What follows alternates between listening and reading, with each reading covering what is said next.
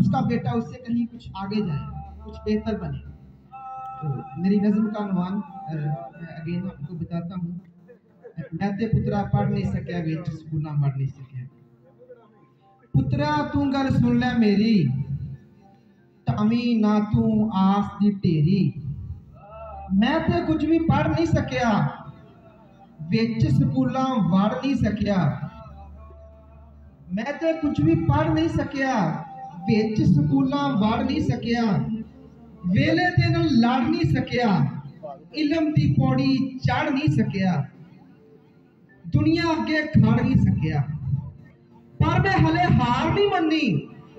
घुट के फड़िए आस दी कन्नी, तेरे तो मैं सदके जावां। पुत्तर हुंदे प्यो दा परछावां। मेरे तो बचपन सी खुसिया, विच गरीबी रब सी रुसिया। पर डाडा रब ने करम कमाया, तेनू साडी झोली पाया। डाडा रब ने करम कमाया, तेनू साडी झोली पाया। फिर समय ने गेड़ा लाया, मैं बूटा तां करांगा, अपनी खल दी छां करांगा। मोटा दे के पैरा हेठ, उच्चा तेनू हर थां करांगा। मोटा दे के पैरा हेठ, उच्चा तेनू हर थां करांगा। होनो पूरे चाओ पुत्रा, गल विच बसदा पाओ पुत्रा।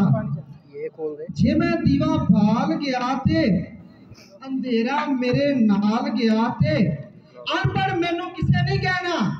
मर के भी मैं जगते रहना, मर के भी मैं जगते रहना। अपने सीनियर्स के लिए थोड़े से स्टूडेंट्स जो यहाँ पे पास आउट होता है या पढ़ रहा होता है, तो वो समझता है कि नौकरी मिल जाएगी, गवर्नमेंट की जॉब मिल जाएगी तो आसानियाँ हो जाएंगी। ऐसा नहीं होता। जहाँ भी आप जाते हैं मुश्किलात होती हैं। तो मेरे शेर है आप लोगों के लिए, स्पेशली सीनियर्स के लिए। कहाँ सहरा में जाऊं मैं, कहाँ सहरा में जाओ तुम। कहाँ तूफान का डर है, कहाँ तूफान तो होगा। कहाँ ऊँट पे बैठ जाऊं मैं, कहाँ ऊँट पे बैठ जाओ तुम। कहाँ कुहान का डर है, कहाँ कुहान तो होगा। इसमें सियासी लिहाज से एक शेर नहीं पढ़ रहा, तो मतलब लीजिएगा, तो थोड़ा मज़ाहिया भी है लेकिन है इसी रिलेटेड। कहाँ क्रिकेट खेलने जाऊं मैं, कहाँ क्रिकेट खेलने जाओ तुम। कहाँ इमरान खान का डर है, कहाँ इमरान तो होगा। आप जहाँ भी जाएंगे मुश्किलात होती हैं, मुश्किलात को फेस करना होता है।